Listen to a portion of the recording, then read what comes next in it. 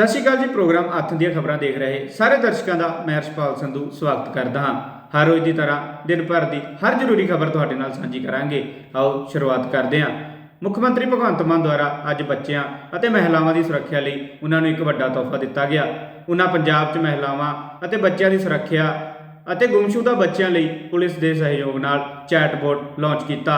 ਉਹਨਾਂ ਕਿਹਾ ਕਿ ਹੈਲਪਲਾਈਨ ਨੰਬਰ ਦੇ ਨਾਲ ਹੁਣ WhatsApp ਨੰਬਰ ਤੇ ਵੀ ਸਮਾਜ ਤੋਂ ਪਰੇਸ਼ਾਨ ਔਰਤਾਂ ਸ਼ਿਕਾਇਤ ਦਰਜ ਕਰਵਾ ਸਕਣਗੀਆਂ। ਸਰਕਾਰ ਦਾ ਮਕਸਦ ਮਹਿਲਾਵਾਂ ਅਤੇ ਬੱਚਿਆਂ ਦੀ ਹਰ ਮੋੜ ਤੇ ਹਿਫਾਜ਼ਤ ਕਰਨਾ ਹੈ।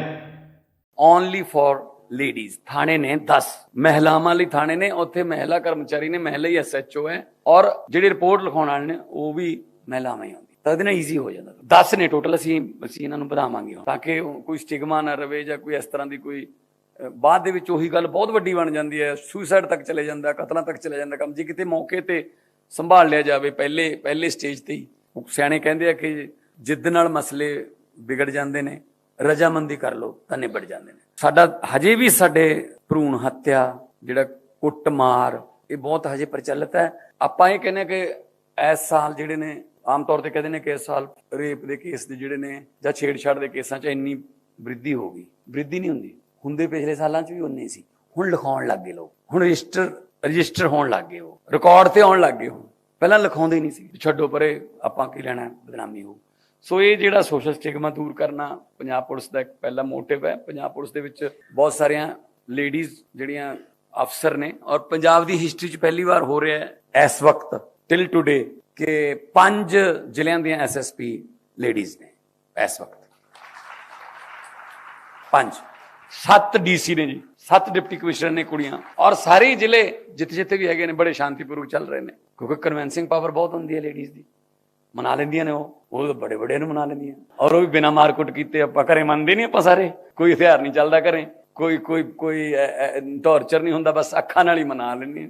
ਇਹ ਤਾਂ ਹੈ ਕਲਾ ਰੱਬ ਨੇ ਦਿੱਤੀ ਹੈ ਨਾ, 5th ਸੈਂਸ, ਇਹ ਤਾਂ ਕੁਦਰਤ ਦੀ ਹੈ ਨਾ। ਸੋ ਅਸੀਂ ਚਾਹੁੰਦੇ ਹਾਂ ਕਿ ਤਰੱਕੀ ਕਰਨ ਸਾਡੀਆਂ ਧੀਆਂ, ਸਾਡੀਆਂ ਧਿਆਣੀਆਂ, ਉਡਾਰੀਆਂ ਮਾਰਨ, ਉਹਨਾਂ ਨੂੰ ਸਮਾਨ ਮਿਲੇ ਉੱਚਾ ਉੱਡਣ ਲਈ। ਕੇਂਦਰੀ ਮੰਤਰੀ ਸਮ੍ਰਿਤੀ ਇਰਾਨੀ ਦੁਆਰਾ ਪ੍ਰੈਸ ਕਾਨਫਰੰਸ ਦੌਰਾਨ ਕਿਹਾ ਗਿਆ ਕਿ ਰਾਹੁਲ ਗਾਂਧੀ ਝੂਠ ਬੋਲਦੇ ਹਨ।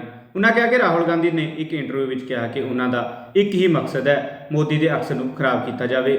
ਉਹਨਾਂ ਕਿਹਾ ਕਿ ਰਾਹੁਲ ਗਾਂਧੀ ਦਾ ਮੋਦੀ ਦੇ ਖਿਲਾਫ ਜ਼ਹਿਰ ਹੁਣ ਦੇਸ਼ ਦੇ ਨਿਰਾਦਰ ਵਿੱਚ ਬਦਲ ਗਿਆ। ਉਹਨਾਂ ਨਰਿੰਦਰ मोदी ਦਾ ਨਿਰਾਦਰ ਕਰਦੇ ਕਰਦੇ पूरे OBC समाज का भी निरादर किया।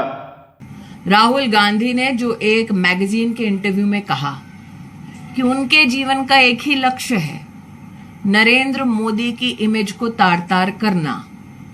उनको ना लोकतंत्र से सरोकार है, ना कोर्ट की मैजेस्टी से सरोकार है, ना वो OBC समुदाय के प्रति कोई सम्मान रखते हैं।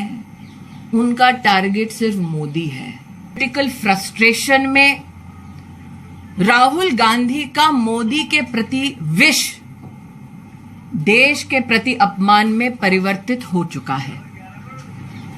इसका आपने एक प्रतिबिंबित क्षण राहुल गांधी के इंग्लैंड दौरे में देखा। लेकिन नरेंद्र मोदी का अपमान करते करते पूरे OBC समुदाय का अपमान करना भी राहुल गांधी ने उचित समझा। क्या यह पहली बार है कि राहुल गांधी ने, गांधी खानदान ने दलित अथवा पिछड़े समुदाय का अपमान किया है? देश की मीडिया, देश की जनता इस बात की साक्षी है कि उन्होंने न सिर्फ OBC समुदाय पर अभद्र टिप्पणी की है, बल्कि साथ ही जब राष्ट्र को पहली बार ट्राइबल परिवार की एक महिला को महामहिम राष्ट्रपति के पद तक चुनने का मौका मिला, तब भी गांधी खानदान के आदेश पर महामहिम द्रौपदी मुर्मू जी का अपमान कांग्रेस के नेतृत्व ने किया।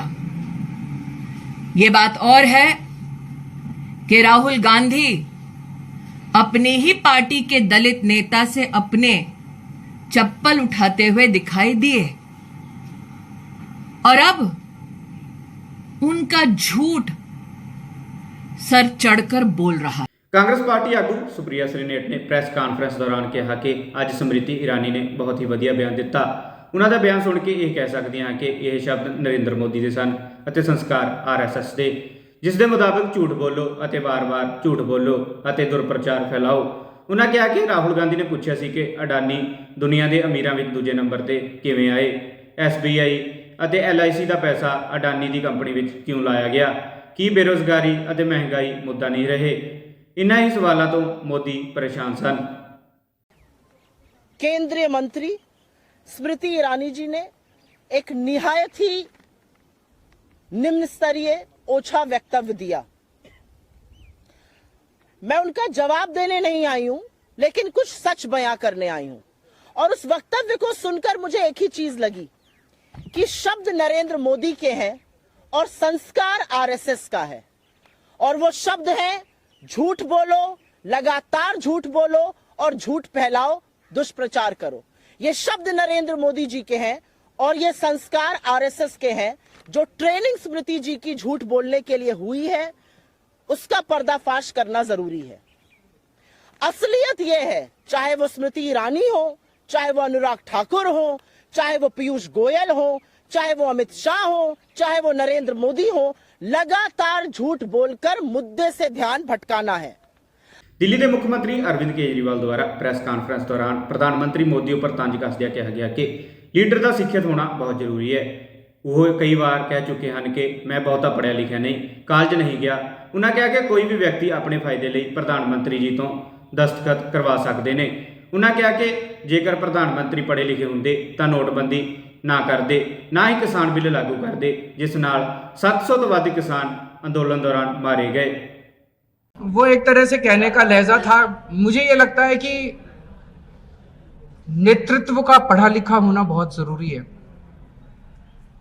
प्रधानमंत्री जी से जब एक इंटरव्यू में पूछा गया और फिर उन्होंने अपने 2 मैंने भाषण भी देखे, कई बार वो कह चुके हैं कि मैं केवल स्कूल तक गया हूँ, मैं केवल हाई स्कूल तक गया हूँ, मैंने कॉलेज की पढ़ाई नहीं की, मैं कभी कॉलेज नहीं गया। आज एडमिनिस्ट्रेशन इतना ज़्यादा कॉम्प्लिकेटेड हो चुका है कि अगर आप कम पढ़े लिखे हैं या पढ़े लिखे नहीं हैं तो आपके लिए सरकार चलाना बहुत मुश्किल हो जाता है। बहुत ऐसे ऐसे अफसर आके ऐसे आपको घुमाते हैं कि आपको पता भी नहीं चलता कहां कौन फाइलों में कहां साइन करा के ले गया, आपको पता ही नहीं चलता। जैसे नोटबंदी का निर्णय हुआ, सारे देश ने उसका खामियाजा भुगता। कितने बड़े स्तर के ऊपर रोजगार चले गए, दुकानें बंद हो गई, लोगों के घर खराब हो गए, कितने लोगों की मौत हो गई। वो नोटबंदी का निर्णय जो है, अगर कोई पढ़े लिखे प्रधानमंत्री होते कभी नोटबंदी का निर्णय नहीं लेते। पता नहीं किसने जाके उनके कान भरे, उनको समझ नहीं थी, उनको समझ नहीं आया और उन्होंने नोटबंदी का निर्णय ले लिया। उन्होंने 3 किसानों के कानून बनाए। वो शुरू से ही सब कह रहे थे इतने खराब कानून है, किसानों का बेड़ा गर्क हो जाएगा, देश के किसानों का बेड़ा गर्क। उनको समझ नहीं आया, पता नहीं कौन जाके उनके कान भर देता है, उनको समझ नहीं आता क्योंकि कम पढ़े लिखे हैं और देश को उसका खामियाजा भुगतना पड़ा। 700 से ज़्यादा किसानों की मौत हो गई। ਸ਼੍ਰੋਮਣੀ ਗੁਰਦੁਆਰਾ ਪ੍ਰਬੰਧਕ ਕਮੇਟੀ ਦੇ ਪ੍ਰਧਾਨ ਹਰਜਿੰਦਰ ਸਿੰਘ ਧਾਮੀ ਵੱਲੋਂ ਸਰਕਾਰੀ ਜ਼ਬਰ ਦੇ ਸ਼ਿਕਾਰ ਨੌਜਵਾਨਾਂ ਤੇ ਲੱਗੇ ਕੌਮੀ ਸੁਰੱਖਿਆ ਐਕਟ ਨੂੰ ਤੜਵਾਉਣ ਅਤੇ ਕਾਨੂੰਨੀ ਸਹਾਇਤਾ ਦੇਣ ਦਾ ਐਲਾਨ ਕੀਤਾ ਗਿਆ। ਉਨ੍ਹਾਂ ਕਿਹਾ ਕਿ ਗ੍ਰਿਫਤਾਰ ਹੋਏ ਨੌਜਵਾਨਾਂ ਦੇ ਪਰਿਵਾਰ ਸ਼੍ਰੋਮਣੀ ਕਮੇਟੀ ਨਾਲ ਤੁਰੰਤ ਰਾਬਤਾ ਕਰਨ ਤਾਂ ਜੋ ਉਹਨਾਂ ਨੂੰ ਕਾਨੂੰਨੀ ਸਹਾਇਤਾ ਮੁਹੱਈਆ ਕਰਵਾਈ ਜਾ ਸਕੇ। ਵਾਹਿਗੁਰੂ ਜੀ ਕਾ ਖਾਲਸਾ, ਵਾਹਿਗੁਰੂ ਜੀ ਕੀ ਫਤਿਹ। ਸ਼੍ਰੀ ਅਕਾਲ ਤਖਤ ਸਾਹਿਬ ਜੀ ਦੇ ਜਥੇਦਾਰ ਸਿੰਘ ਸਾਹਿਬ ਗਿਆਨੀ ਹਰਪ੍ਰੀਤ ਸਿੰਘ ਜੀ ਨੇ ਅੱਜ ਇੱਕ ਵਿਸ਼ੇਸ਼ ਮੀਟਿੰਗ ਰੱਖੀ ਸੀ, ਜਿਹਦੇ ਵਿੱਚ ਵੱਡੇ ਪੱਧਰ ਦੇ ਉੱਤੇ ਸਿੱਖ ਜਥੇਬੰਦੀਆਂ, ਨਿਹੰਗ ਸਿੰਘਾਂ ਦੀਆਂ ਜਥੇਬੰਦੀਆਂ, ਵਿਦੇਸ਼ਾਂ ਦੇ ਸਿੱਖ, ਇੱਥੇ ਜਿਹੜੇ ਇਸ ਪੰਜਾਬ ਦੇ ਵਿੱਚ ਸਿੱਖ ਪੰਥ ਦਰਦੀ, ਉਹਨਾਂ ਸਾਰਿਆਂ ਨੇ ਹਿੱਸਾ ਲਿਆ। 3 ਘੰਟੇ ਲਗਾਤਾਰ ਇਹ ਮੀਟਿੰਗ ਦੇ ਵਿੱਚ ਸਾਰਿਆਂ ਨੇ ਆਪਣੇ ਵਿਚਾਰ ਪ੍ਰਗਟ ਕੀਤੇ। ਸ਼੍ਰੀ ਅਕਾਲ ਤਖਤ ਸਾਹਿਬ ਦੀ ਸਰਪ੍ਰਸਤੀ ਹੇਠ ਸਾਰਿਆਂ ਨੇ ਨਿਰਣਾ ਕੀਤਾ ਕਿ ਸਿੰਘ ਸਾਹਿਬ ਜਿਹੜਾ ਜੋ ਕੋਈ ਪ੍ਰੋਗਰਾਮ ਦੇਣਗੇ ਉਹਦੇ ਉੱਤੇ ਫੁੱਲ ਚਾੜਾਂਗੇ। ਸੋ ਸਿੰਘ ਸਾਹਿਬ ਨੇ ਅੱਜ ਸਿੱਧੇ ਲਫ਼ਜ਼ਾਂ ਦੇ ਵਿੱਚ 24 ਘੰਟੇ ਦਾ ਸਰਕਾਰ ਨੂੰ ਨੋਟਿਸ ਦਿੱਤਾ ਕਿ ਜਿੰਨੇ ਵੀ ਫੜੇ ਆ ਉਹ ਸਾਰੇ 24 ਘੰਟਿਆਂ ਵਿੱਚ ਰਿਹਾ ਕੀਤੇ ਜਾਣ। ਜੇ ਨਹੀਂ ਰਿਹਾ ਕੀਤੇ ਜਾਂਦੇ ਫਿਰ ਉਹਦਾ ਅਗਲਾ ਕਦਮ ਜਿਹੜਾ ਆ ਉਹ ਲੋਕਾਂ ਦੀਆਂ ਫਿਰ ਸੱਥਾਂ ਦੇ ਵਿੱਚ, ਪਿੰਡਾਂ ਦੇ ਵਿੱਚ, ਸ਼ਹਿਰਾਂ ਦੇ ਵਿੱਚ ਵੱਖ-ਵੱਖ ਵਹੀਰਾਂ ਬਣਾ ਕੇ ਉਹਦਾ ਫਿਰ ਉਹ ਪ੍ਰਚਾਰ ਨਹੀਂ ਕੀਤਾ ਜਾਊਗਾ। ਉਹ ਵੱਡੇ ਪੱਧਰ ਤੇ ਲੋਕਾਂ ਨੂੰ ਉਹਦੇ ਬਾਰੇ ਅਵੇਅਰ ਵੀ ਕੀਤਾ ਜਾਊਗਾ ਕਿ ਸਾਡੇ ਨਾਲ ਕਿੱਡਾ ਵੱਡਾ ਜਿਹੜਾ ਹੈ ਉਹ ਧੱਕਾ ਹੋ ਰਿਹਾ। ਸੋ ਇਹ ਅੱਜ ਦਾ ਜਿਹੜਾ ਮੂਲ ਰੂਪ ਦੇ ਵਿੱਚ ਸਿੰਘ ਸਾਹਿਬ ਨੇ ਸਾਰਾ ਆਦੇਸ਼ ਕੀਤਾ ਆ। ਉਹਦੇ ਨਾਲ ਇੱਕ ਚੇਚੇ ਤੌਰ ਤੇ ਜਿਹੜਾ, ਕਿਉਂਕਿ ਨੈਸ਼ਨਲ ਮੀਡੀਆ ਨੇ ਪਿਛਲੇ ਦਿਨਾਂ ਦੇ ਵਿੱਚ ਬਹੁਤ ਵੱਡੇ ਪੱਧਰ ਤੇ ਬਦਨਾਮੀ ਕੀਤੀ, ਸਿੱਖਾਂ ਦੀ ਆਨ ਤੇ ਸ਼ਾਨ ਨੂੰ ਢਾਹ ਲਾਈ ਆ। ਉਹ ਵੀ ਸਿੰਘ ਸਾਹਿਬ ਨੇ ਆਦੇਸ਼ ਕੀਤਾ ਕਿ ਉਹ ਨੈਸ਼ਨਲ ਚੈਨਲ ਜਿਨ੍ਹਾਂ ਨੇ ਇਸ ਗੱਲ ਨੂੰ ਵਧਾ ਚੜ੍ਹਾ ਕੇ ਸਿੱਖਾਂ ਨੂੰ ਦੇਸ਼ ਤੇ ਵਿਦੇਸ਼ ਤੇ ਸਮੁੱਚੀ ਦੁਨੀਆ ਦੇ ਵਿੱਚ ਇੱਕ ਬਦਨਾਮ ਕਰਨ ਦਾ ਯਤਨ ਕੀਤਾ, ਉਹ ਵੀ ਜਿਹੜਾ ਆ ਉਹਨਾਂ ਦੇ ਉੱਤੇ ਸ਼੍ਰੋਮਣੀ ਗੁਰਦੁਆਰਾ ਪ੍ਰਬੰਧਕ ਕਮੇਟੀ ਕਾਨੂੰਨੀ ਕਾਰਵਾਈ, ਜੇ ਕ੍ਰਿਮੀਨਲ ਕੰਪਲੇਂਟਸ ਵੀ ਪਾਉਣੀਆਂ ਪਈਆਂ, ਹੋਰ ਵੀ ਚਾਰਾ ਜੋਰੀ ਕਰਨੀ ਪਈ, ਉਹ ਵੀ ਉਹਨੇ ਸਾਰਾ ਆਦੇਸ਼ ਕੀਤਾ। ਤੇ ਸ਼੍ਰੋਮਣੀ ਗੁਰਦੁਆਰਾ ਪ੍ਰਬੰਧਕ ਕਮੇਟੀ ਵੱਲੋਂ ਇਹ ਪਹਿਲਾਂ ਹੀ ਫੈਸਲਾ ਆ ਕਿ ਜਿੰਨੇ ਵੀ ਨਜ਼ਰਬੰਦ ਆ ਸਾਡੇ ਹੁਣ ਮੌਜੂਦਾ, ਇਹਨਾਂ ਸਾਰਿਆਂ ਨੂੰ ਖੁੱਲ੍ਹਾ ਸੱਦਾ, ਇਹਨਾਂ ਦੇ ਪਰਿਵਾਰਾਂ ਨੂੰ ਵੀ, ਚਾਹੇ NSA ਲੱਗੀ ਉਹਨਾਂ ਨੂੰ ਵੀ ਅਸੀਂ ਹਾਈ ਕੋਰਟ 'ਚ ਚੈਲੰਜ ਕਰਾਂਗੇ। ਉਹ ਸਾਰੇ ਪਰਿਵਾਰ ਸ਼੍ਰੋਮਣੀ ਗੁਰਦੁਆਰਾ ਪ੍ਰਬੰਧਕ ਕਮੇਟੀ ਨੂੰ ਅਪਰੋਚ ਕਰਨ, ਕਿਉਂਕਿ ਉਹਦੇ ਵਿੱਚ ਮੁਖਤਿਆਰਨਾਮੇ ਦੀ ਲੋੜ ਹੁੰਦੀ ਆ। ਉਹਨਾਂ ਸਾਰਿਆਂ ਦੀ ਪੈਰਵੀ ਜਿਹੜੇ ਸਾਡੇ ਵਕੀਲ ਪੈਨਲ ਅਸੀਂ ਨਿਯੁਕਤ ਕੀਤੇ ਉਹ ਪੈਰਵਾਈ ਕਰਨਗੇ, ਤੇ ਜੇ ਉਹਨੇ ਆਪਣੇ ਵਕੀਲ ਕੀਤੇ ਆ ਤੇ ਉਹਨਾਂ ਦੀ ਫਿਰ ਅਸੀਂ ਜਿਹੜੀ ਉਹ ਫਾਈਨੈਂਸ਼ੀਅਲ ਤੌਰ ਤੇ ਜਿਹੜੀ ਆ ਉਹ ਮਦਦ ਕਰਾਂਗੇ। ਸ਼੍ਰੋਮਣੀ ਕਮੇਟੀ ਸਾਰੀ ਖੁੱਲੀ ਆ, ਸਕੱਤਰ ਨੂੰ ਮਿਲ ਲੈਣ, ਮੈਨੂੰ ਮਿਲ ਲੈਣ, ਜਨਰਲ ਸਕੱਤਰ ਨੂੰ ਮਿਲ ਲੈਣ, ਸੀਨੀਅਰ ਮੀਤ ਪ੍ਰਧਾਨ ਨੂੰ, ਕਿਸੇ ਮੈਂਬਰ ਨੂੰ ਮਿਲ ਲੈਣ, ਕੋਈ ਦਿੱਕਤ ਨਹੀਂ, ਖੁੱਲੀ ਆ।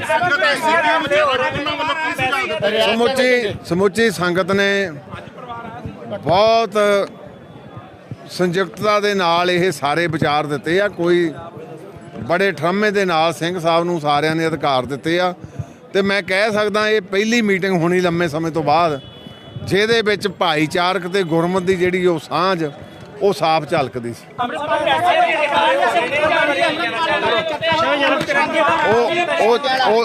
ਉਹ ਚਾਚਾ ਤੁਹਾਨੂੰ ਪਹਿਲਾਂ ਦੇ ਦਿੱਤੀ।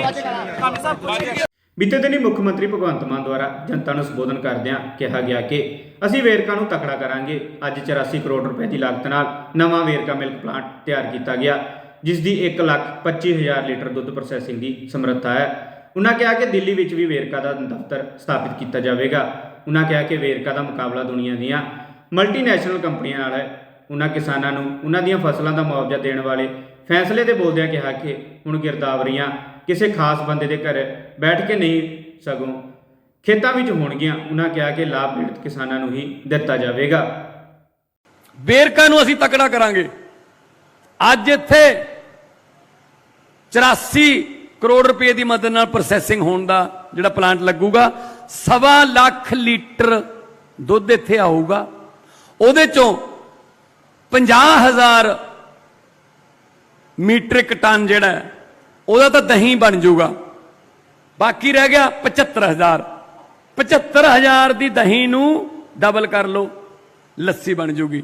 ਸੋ ਆਊਗਾ 1.25 ਲੱਖ, ਨਿਕਲੂਗਾ 2.25 ਲੱਖ। 1.5 ਲੱਖ ਮੀਟ੍ਰਿਕ ਟਨ ਜਿਹੜੇ ਲੱਸੀ ਦੇ ਤੇ 75,000 ਦੇ ਨੇੜੇ ਤੇੜੇ, 50,000 ਦੇ ਨੇੜੇ ਤੇੜੇ ਇਹ ਜਿਹੜਾ ਦਹੀਂ ਬਣੂਗਾ ਤੇ ਪੈਕ ਹੋ ਕੇ ਜਾਊਗਾ ਸਾਰੇ ਪੰਜਾਬ 'ਚ, ਹਿਮਾਚਲ 'ਚ, ਦਿੱਲੀ ਦੇ ਵਿੱਚ ਵੀ ਅਸੀਂ ਵੇਰਕਾ ਦਾ ਆਫਿਸ ਖੋਲਣ ਲੱਗੇ ਹਾਂ। ਦਿੱਲੀ 'ਚ ਬਹੁਤ ਲੋਕ ਜਿਹੜੇ ਨੇ ਉਹ ਵੇਰਕਾ ਨੂੰ ਪਿਆਰ ਕਰਦੇ ਨੇ। ਵੇਰਕਾ ਦੀ ਦਹੀਂ, ਵੇਰਕਾ ਦੀ ਖੀਰ, ਵੇਰਕਾ ਦਾ ਪਨੀਰ, ਵੇਰਕਾ ਦੀਆਂ ਪਿੰਨੀਆਂ, ਕਾਓ ਘੀ, ਗਊ ਦੇ ਦੁੱਧ ਦਾ ਘਿਓ, ਉਹ ਵੀ ਅਸੀਂ ਇੰਟਰੋਡਿਊਸ ਕਰਤਾ। ਬਾਹਰਲੇ ਮੁਲਕਾਂ 'ਚ ਵੀ ਲੋਕ ਵੇਰਕਾ ਪਸੰਦ ਕਰਦੇ ਆ, ਅਸੀਂ ਉਹਨਾਂ ਨਾਲ ਵੀ ਗੱਲਬਾਤ ਕਰ ਰਹੇ ਹਾਂ। ਸੋ ਵੇਰਕਾ ਜਿਹੜਾ ਹੈ ਉਹ ਕਿਸਾਨ ਲਈ ਇੱਕ ਬਹੁਤ ਵੱਡਾ ਸਾਧਨ ਬਣ ਜਾਊਗਾ ਅਲੱਗ ਕਮਾਈ ਦਾ। ਔਰ ਅਸੀਂ ਕੰਪੀਟੀਸ਼ਨ ਸਾਡਾ ਵੱਡੀਆਂ ਮਲਟੀਨੈਸ਼ਨਲ ਕੰਪਨੀਆਂ ਨਾਲ ਹੈ, ਪਰ ਅਸੀਂ ਸਾਡੀ ਜਿਹੜੀ ਟੀਮ ਹੈ ਬਹੁਤ ਵਧੀਆ। ਇਹ ਗੱਲਾਂ ਉਹਨਾਂ ਨੂੰ ਨਹੀਂ ਪਤਾ, ਮਹਿਲਾਂ ਵਾਲਿਆਂ ਨੂੰ ਸੁਣ ਲੈਣ ਕਿ ਕਿਉਂ ਤੁਹਾਨੂੰ ਲੋਕਾਂ ਨੇ ਬਾਹਰ ਕੱਢਿਆ ਰਾਜਨੀਤੀ ਚੋਂ। ਗਿਰਦਾਵਰੀ ਕਰਨ ਦੇ ਵੀ ਤਰੀਕੇ ਸੋਧੇ ਨੇ। ਸਾਰੇ ਡੀਸੀਜ਼ ਨੂੰ ਆਰਡਰ ਕੀਤੇ ਨੇ ਕਿ ਜਦੋਂ ਗਰਦੌਰੀ ਕਰਨ ਵਾਸਤੇ ਕੋਈ ਪਟਵਾਰੀ, ਕੋਈ ਤਹਿਸੀਲਦਾਰ ਜਾਂ ਕੋਈ ਹੋਰ ਅਫਸਰ ਜਾਊਗਾ, ਪਿੰਡ ਦੇ ਵਿੱਚ ਇੱਕ ਦਿਨ ਪਹਿਲਾਂ ਰੇਡੀਓ 'ਚ ਅਨਾਉਂਸਮੈਂਟ ਹੋਊਗੀ, ਉਹ ਪਿੰਡ ਦੀ ਕਿਸੇ ਸਾਂਝੀ ਥਾਂ ਤੇ ਬੈਠੂਗਾ, ਉੱਥੋਂ ਪਿੰਡ ਦੇ ਲੋਕ ਉਹਨੂੰ ਲੈ ਕੇ ਜਾਣਗੇ ਖੇਤਾਂ 'ਚ, ਉਹ ਲਿਖੂਗਾ, ਵੀਡੀਓ ਬਣੂਗੀ, ਪਟਵਾਰੀ ਜਾਂ ਤਹਿਸੀਲਦਾਰ ਕਿਸੇ ਖਾਸ ਬੰਦੇ ਦੇ ਘਰੇ ਬਹਿ ਕੇ ਪਿੰਡ ਦੇ ਵਿੱਚ ਉੱਥੇ ਗਰਦੌਰੀ ਨਹੀਂ ਕਰ ਸਕਦੇ। ਕਿਉਂਕਿ ਪਹਿਲਾਂ ਕੀ ਕਰਦੇ ਸੀ, ਇਹਨਾਂ ਦੇ ਖਾਸ ਦੇ ਘਰੇ ਬਹਿ ਜਾਂਦੇ ਸੀ, ਉਹ ਆਪਦੀ 100% ਹੀ ਲਿਖਾ ਲੈਂਦਾ ਸੀ, ਆਪਦੇ ਚਹੇਤਿਆਂ ਦੀ 100%, ਨਾਲੇ ਫਸਲ ਦਾ ਨੁਕਸਾਨ ਨਹੀਂ ਹੋਇਆ ਹੁੰਦਾ ਸੀ, ਨਾਲੇ ਤਾਂ ਫਸਲ ਲੈ ਲੈਂਦਾ, ਨਾਲੇ ਮੁਆਵਜ਼ਾ ਲੈ ਲੈਂਦਾ, ਜਿਹੜੇ ਅਸਲੀ ਸੀ ਉਹ ਰਹਿ ਜਾਂਦੇ ਸੀ।